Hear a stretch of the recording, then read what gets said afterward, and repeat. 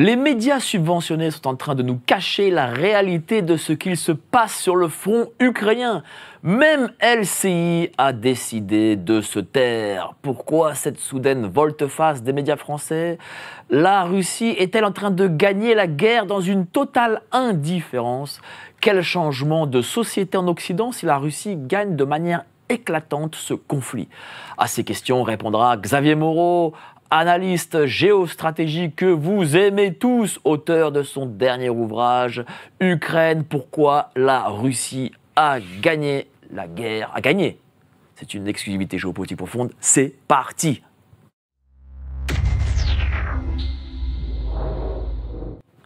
Bonsoir à tous, vous êtes sur Géopolitique Profonde, la chaîne qui est là pour remplacer les médias subventionnés.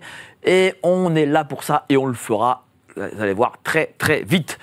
N'oubliez pas de vous abonner à la lettre de Géopolitique Profonde avec comme exclu le dernier article de Pierre Hilard. Il sera d'ailleurs là d'ici une petite dizaine de jours pour une émission spéciale sur son article. Alors je suis vraiment très content de recevoir notre ami Xavier Moreau. Il vient en France. Ça fait quelques mois que c'est pas vu. Ça fait depuis le mois d'avril. Depuis le mois d'avril, ça date, hein? Oui, bah c'est plus cher de revenir maintenant. Ah, d'accord. Et là, t'es venu, t'as revu le changement de la France, en fait. Tu t'es dit, oh là là, c'est... Oui, chaque fois, c'est... Chaque fois, c'est quand même un dépaysement. Oui. J'arrive d'Europe et j'arrive en France, en fait. Alors, tu as écrit « Ukraine, pourquoi la Russie a gagné la guerre ?» donc déjà en avril. Est-ce que, si tu devais réécrire aujourd'hui ce livre, est-ce qu'il y aurait des amendements à faire? Est-ce qu'il y aurait des nouveaux chapitres? Non, il y aura une mise à jour sur la partie militaire, en fait, puisque donc le livre a été publié au début de cette année, au mois de février. Donc là, évidemment, il s'est passé beaucoup de choses. La prise d'Avdiïvka qui a permis de développer, et dont l'élan, d'ailleurs, se poursuit encore, puisque maintenant, on parle de Pakrovsk, hein, qui est la dernière ville du Donbass avant de pouvoir permettre à l'armée russe de débouler sur la région de Dniepopetrovsk ou Yekaterinoslav, qui est son vrai nom russe. On peut peut-être commencer d'ailleurs à l'appeler par ce nom-là, parce qu'il n'est pas impossible que ça finisse dans la corbeille de Vladimir Poutine. Donc effectivement, il y a toute une mise à jour. Il y a cet épisode qui en fait, quand on regardera à la fin sur la globalité de la guerre, est assez étonnant, du raid plutôt qu'une offensive sur Koursk. Et puis de manière générale, l'avancée quand même très rapide des Russes qui a surpris pas mal de gens. Pas moi, d'ailleurs, pour ceux qui m'ont lu, j'avais comparé ce que faisaient les Russes à l'offensive Broussilov de 1916, donc où en fait le général Broussilov a détruit l'armée autrichienne tout simplement, qui a dû être remplacée par l'armée allemande. Donc ça nous a permis d'ailleurs de tenir à Verdun et de contre-attaquer victorieusement. Et donc en fait, ce qu'il avait fait pour économiser les hommes, c'est que il attaquait tout au long du front et sans avoir d'idée préconçue de l'endroit où il allait forcer. Il se trouve qu'à un moment, ça a forcé à tel endroit, il est rentré. Dès que ça résistait, il attaquait ailleurs. Et en fait, c'est ce qu'on observe. Je regardais la carte militaire ce matin, là, dans la région de Zaporozhye, donc c'est la région où les Ukrainiens, les Otanukéviens ont contre-attaqué, enfin ont essayé, il y a un an, à l'été, où leur offensive qui a complètement échoué. Là, visiblement, les Russes ont décidé d'animer le front de ce côté-là. Ça ne veut pas dire qu'ils vont percer, mais ça veut dire qu'ils veulent rendre fous les réserves, l'armée ukrainienne et les réserves, puisqu'en plus, ils en ont dépensé en plus de bonnes unités pour faire ce raid insensé, enfin, au début qui était logique, mais qui ensuite est devenu complètement insensé, dans la région de Koursk. Oui, justement, il y a ce raid-là. Les médias français en parlaient 48 heures comme étant la grande contre-attaque ukrainienne qui allait déboucher sur la faillite totale russe. Et puis, qu'est-ce qu'il en est aujourd'hui? C'est pchit? Écoutez, comme j'ai dit, alors, la comparaison au début n'est pas de moi, c'est d'un canal qui s'appelle Brainless Partisan sur Twitter, que je salue. Je ne sais pas qui c'est, mais ils ont trouvé la comparaison avec la baie des cochons. Et en fait, ça a commencé comme la baie des cochons, ensuite c'est devenu une sous-bataille des Ardennes, et maintenant c'est la mort du petit cheval. Donc la baie des cochons, donc c'est un coup foireux de la CIA en 1962, de débarquer à Cuba avec l'opposition cubaine à Fidel Castro. Bon, c'est un échec lamentable, parce que Kennedy refuse le soutien de l'armée américaine. Et là, en fait, ça commence pareil. C'est-à-dire, à l'origine, c'est pas complètement stupide. Il s'agit de s'emparer de la centrale de Kourtchatov, donc qui est à l'ouest de la ville de Koursk. Et ça, évidemment, ça aurait été... pour moi, ça n'aurait pas changé le résultat de la guerre, mais ça aurait provoqué une grave crise stratégique, puisque qu'est-ce qu'on fait une fois que l'armée ukrainienne est dans la centrale nucléaire? On ne peut pas l'attaquer parce que c'est un deuxième Tchernobyl, elle est très fragile, comme l'a dit Raphaël Grossi, le directeur de l'AIEA, donc ça aurait provoqué, Zelensky aurait exigé un échange avec la centrale de Zaporozhye, on était dans une grande crise qui aurait énormément compliqué la tâche des Russes. Ça, d'après ce qu'on sait, les prisonniers qui ont été faits, ça devait être atteint le 11 août, donc début 6 août, 11 août. Ça a complètement raté. À partir de ce moment-là, l'armée, les unités qui avaient été envoyées, sans garantie d'assurer la ligne logistique, sans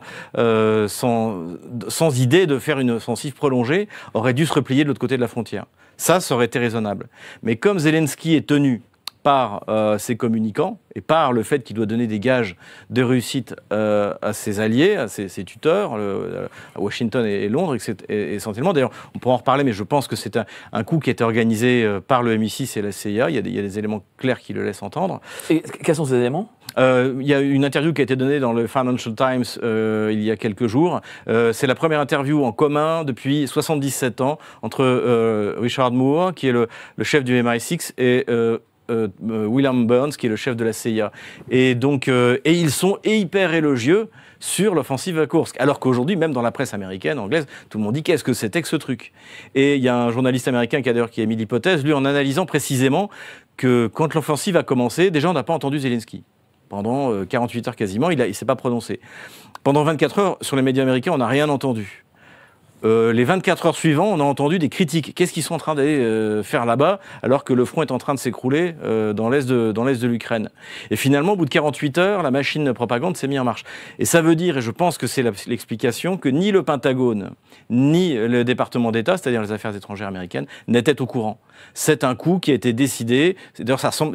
Mais la première analyse que j'avais fait quasiment le lendemain, je dis ça ressemble à un raid à l'anglaise, un raid de pirates, les chevauchés du Prince Noir pendant la guerre de 100 ans. Et en fait, c'était ça. C'était un raid. C'était pas une offensive. Et la grave erreur de Zelensky, c'est pris par la volonté de plaire à son opinion publique, puisqu'en plus, alors que lui avait très peu réagi déjà tout autour, sur LCI, ils étaient déjà en transe, et ce qui fait qu'il a décidé de maintenir des troupes et d'envoyer des renforts.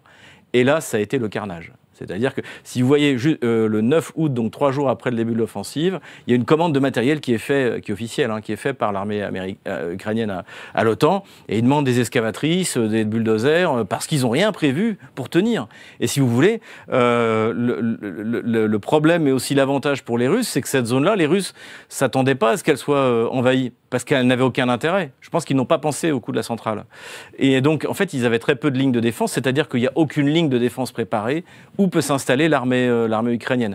Dans un mois, il n'y aura plus de feuillage sur les arbres. Aujourd'hui, les forces ukrainiennes sont cachées dans la forêt ou dans les villes.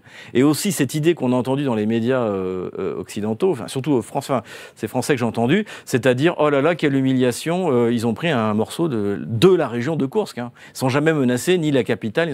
Mais les Russes ont brûlé Moscou quand Napoléon y est entré. Ouais.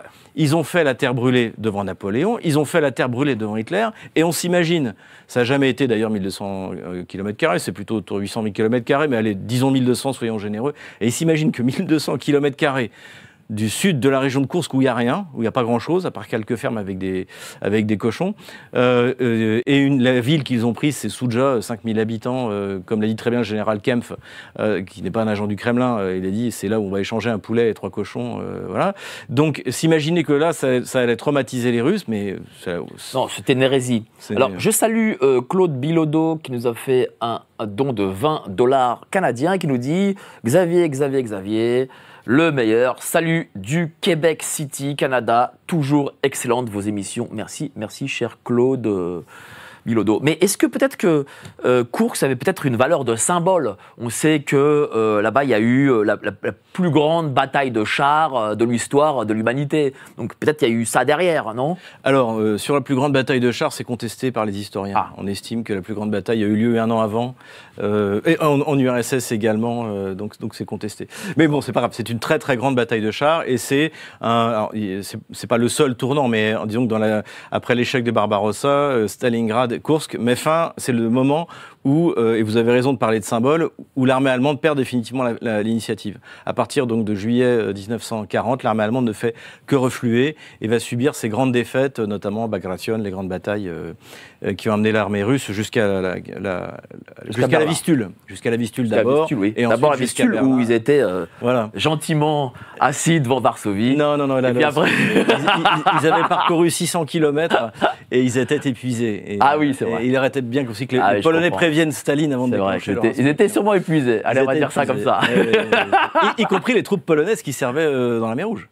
Certains, oui. Mais ils étaient nombreux. Mais tu sais que ils étaient nombreux. Moi, quand j'étais môme, quand t'es novice, un peu plus Xavier, qui est un ami, je peux lui raconter, j'ai été bercé par une série polonaise faite par un communiste polonais qui s'appelait Cztery pancerne i pies, c'est-à-dire 4 tankistes et un chien, où d'ailleurs le tankiste principal, le héros s'appelait Rude, ça veut dire le roux, donc c'était mon idole.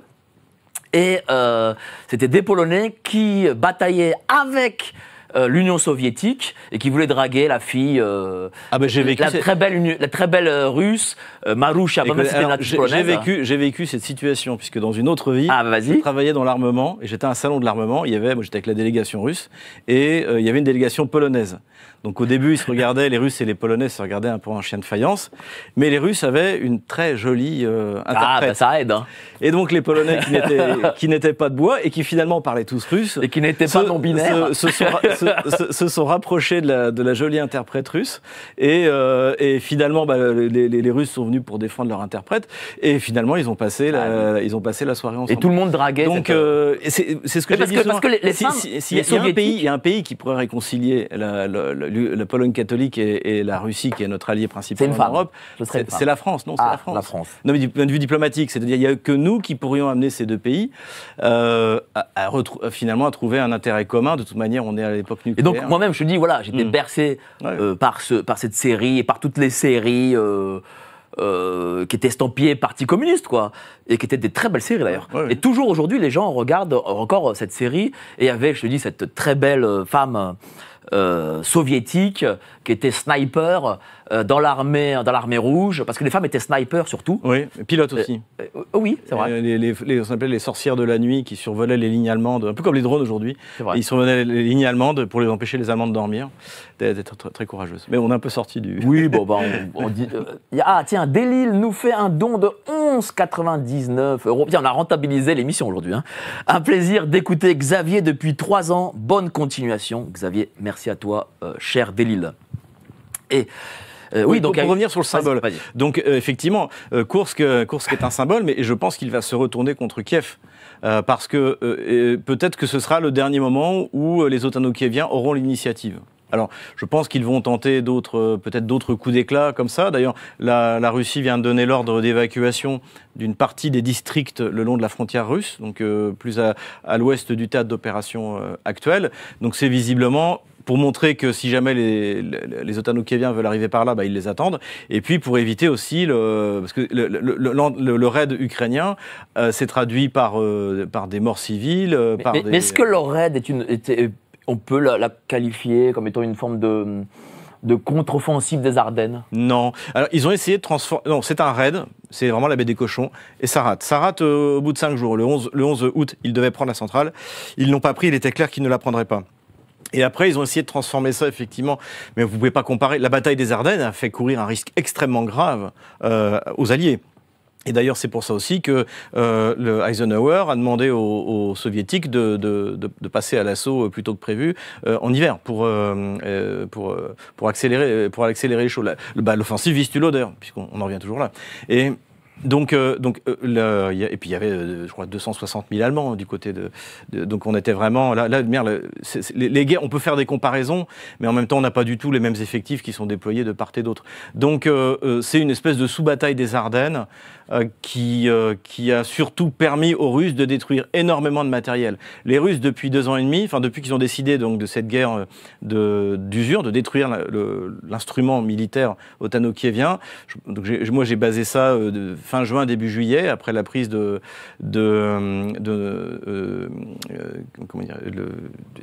dernières villes de Lugansk, de la région de Lugansk, eh bien, les Russes ont décidé de détruire. Enfin, ils se sont dit, bon, on est moins nombreux que les Ukrainiens. Ils ont démarré l'opération 1 contre 3 quand même. En revanche, on a une grosse puissance de feu, donc on va détruire par la puissance de feu l'armée ukrainienne. Je caricature, mais c'est quasiment ça.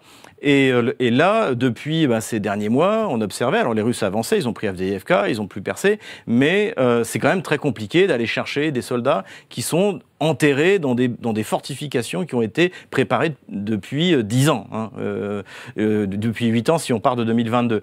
Et là, tout d'un coup, Zelensky envoie de ses meilleures unités, la 80e, la 82e aéroportée, il envoie de ses meilleures unités complètement à découvert, dans un endroit où il n'y a nulle part où se cacher, contre une force armée, l'armée russe, qui a une totale supériorité aérienne, qui peut balancer en toute impunité, c'est-à-dire sans risquer d'être abattu, d'ailleurs il n'y a aucun avion qui a été abattu, par la DCA ukrainienne, ou l'aviation ukrainienne qui n'existe quasiment pas, eh bien, des bombes de 3 tonnes, de 2 tonnes, de 500 tonnes, de 1 tonne 5, oui, le tonne je crois pas qu'il y en ait, mais... Donc il y a une supériorité de feu. Si vous écoutez Zelensky, il parle d'une supériorité de 12 contre 1, il vient de le dire. Et donc, Zelensky envoie ses unités, envoie énormément de matériel. D'ailleurs, on voit de moins en moins de matériel occidental, c'est-à-dire que tout ce qui était hérité de l'Union soviétique et qui ont été donnés, notamment par la Pologne, mais également par la Tchéquie, par la Slovaquie. Ils ont donné des MiG. Ils ont donné des MiG, ils ont donné des chars. Ils ont donné des MiG, oui, les Sukhoi 27 n'ont été exportés qu'en Chine, en fait. Ils ont donné des blindés. En plus, ce qui était, pour moi, le meilleur aide qui a été donné à l'Ukraine, c'était au début du conflit, puisque c'était des matériels soviétiques qu'ils connaissaient parfaitement. Notamment, les Polonais ont donné les PT-91, qui sont des modifications du T-72, de très bonnes modifications. Et là, ça a été vraiment très immédiatement employable. Les munitions adaptées aux canons soviétiques, etc. Et après, ils ont eu tout un florilège d'armements divers et variés qui ont compliqué énormément la ligne logistique. Les chars de l'OTAN se sont avérés trop lourds, absolument inadaptés. Le blindage pas du tout adapté aux nouvelles menaces et pas adaptable surtout. C'est ça le problème. Mais regarde, comment on peut expliquer, parce que on a eu pendant 48 heures tous les spécialistes de plateau des télés françaises nous ont expliqué que c'est bon, c'est fait, Monsieur Poutine va brandir le drapeau blanc, etc. Et depuis, plus personne n'en parle, comme si ça n'a jamais existé. Cette sous-information, c'est quand même c'est affreux, quoi. Je pense, alors je compare pas l'OTAN au Troisième Reich, je fais pas de réduction ad Hitlerum, mais il y a des comportements, je pense, des tares comportementales, des biais cognitifs qu'on voit dans le Troisième Reich finissant, qu'on retrouve, je pense, finalement, dans l'OTAN finissant. C'est-à-dire le fait de croire, d'imaginer que la réalité est ce qu'on a envie qu'elle soit, alors qu'elle ne l'est pas, et que, donc, tous les observateurs, même pas forcément, d'ailleurs, encore une fois, les pro-russes comme moi je suis pro-russe, je le cache pas, je suis pro-français, donc pro-russe.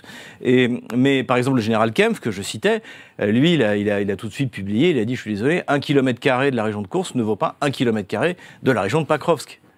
Mais l'immensité effectivement, des médias de grand chemin, comme dirait Slobodan Despot, a cru l'inverse. Et je pense aussi qu'il faut voir aussi par rapport aux échéances. Zelensky, aujourd'hui, il a une échéance, c'est l'élection présidentielle. Il a besoin d'essayer d'avoir le maximum d'aide tant que c'est encore possible. Et ce le sera, à mon avis, ça ne l'est déjà plus. Enfin, on va le voir dans les jours qui viennent. Et donc, il faut qu'il donne un succès. Et à la limite que ce succès tienne 15 jours, il suffit que ça tienne le temps d'obtenir quelques avions en plus, quelques munitions en plus, quelques véhicules en plus. Et donc, regardez, on arrive à faire quelque chose. Même si après, évidemment, la contre-offensive russe a commencé, ça va finalement se retourner et désespérer encore plus l'opinion publique. Mais tu as donné une information qui était assez importante. Tu as dit tout à l'heure que les Américains étaient surpris. Parce que certains analystes m'ont dit « Ah, mais c'était planifié avec les Américains ». Ça n'était pas planifié avec les Américains. Je pense que la CIA et le MI6 ont planifié ça. Et c'est pour ça que quand vous écoutez Moore et Burns, et juste après le début, vous avez le numéro 2 de la CIA qui s'appelle David Cohen, je crois, qui a dit on est en contact en direct avec les Ukrainiens pour ce qui se passe à Koursk. Et puis Burns et Moore expliquent, au moment où tout le monde dit mais qu'est-ce qu'ils sont allés faire dans cette galère, ils donnent cette interview. C'est la CIA dans son ensemble ou oui. C'est Burns, c'est le patron. Et surtout, ils disent dans cette interview du Financial Times, et ils disent oui, ça a fait douter les élites russes. Mais de quoi parle-t-il ? Et ça, c'est une manière de justifier, je pense, vis-à-vis des dirigeants démocrates et vis-à-vis du Pentagone à qui ils ont filé le bébé. Parce qu'une fois que le raid a raté, qui c'est qui a repris le truc ? C'est le Pentagone. Et le Pentagone a dit qu'est-ce que c'est que ce truc ? Et voilà, donc c'est pas. Ouais, donc c'est. Non. Quand je dis l'État américain, c'est-à-dire c'est pas le Pentagone qui derrière a cogité. Je pense que aucun militaire, ni français ni américain, ne serait aussi stupide pour lancer quelque chose, sauf à vouloir capturer la centrale, ce qui a du sens, mais de faire un raid pour percer sur 11-20 km sans avoir assuré le ravitaillement, en n'ayant aucune supériorité aérienne, en exposant totalement ces troupes, je pense qu'aucun militaire américain ou français ou anglais n'est suffisamment stupide pour faire un truc pareil. Donc en fois de plus, c'est la baie des cochons qui devient une sous-bataille des Ardennes, et ça va coûter très très très cher, et ça coûte déjà très très cher. Il n'y a qu'à regarder le front de l'Est actuellement à l'armée ottano-kievienne. Aujourd'hui, on en est où exactement de ce front ? De ce front dans son ensemble, pas spécialement Koursk. Oui, alors on peut faire rapidement, donc du nord vers le sud, donc Koursk, on en a déjà parlé, la Russie est en train de faire sa contre-offensive. Sur le front de Kharkov, où la Russie, elle est rentrée en mai, elle a conquis cette zone tampon, elle ne lui a pas été prise. Elle y est toujours depuis le mois de mai. Et Kiev a gaspillé des troupes, comme il gaspille sur Koursk, mais n'a pas réussi à reprendre. Et vous avez tout ce front donc, qui est le front de l'Est et le front du Sud, et en fait ça bouge partout.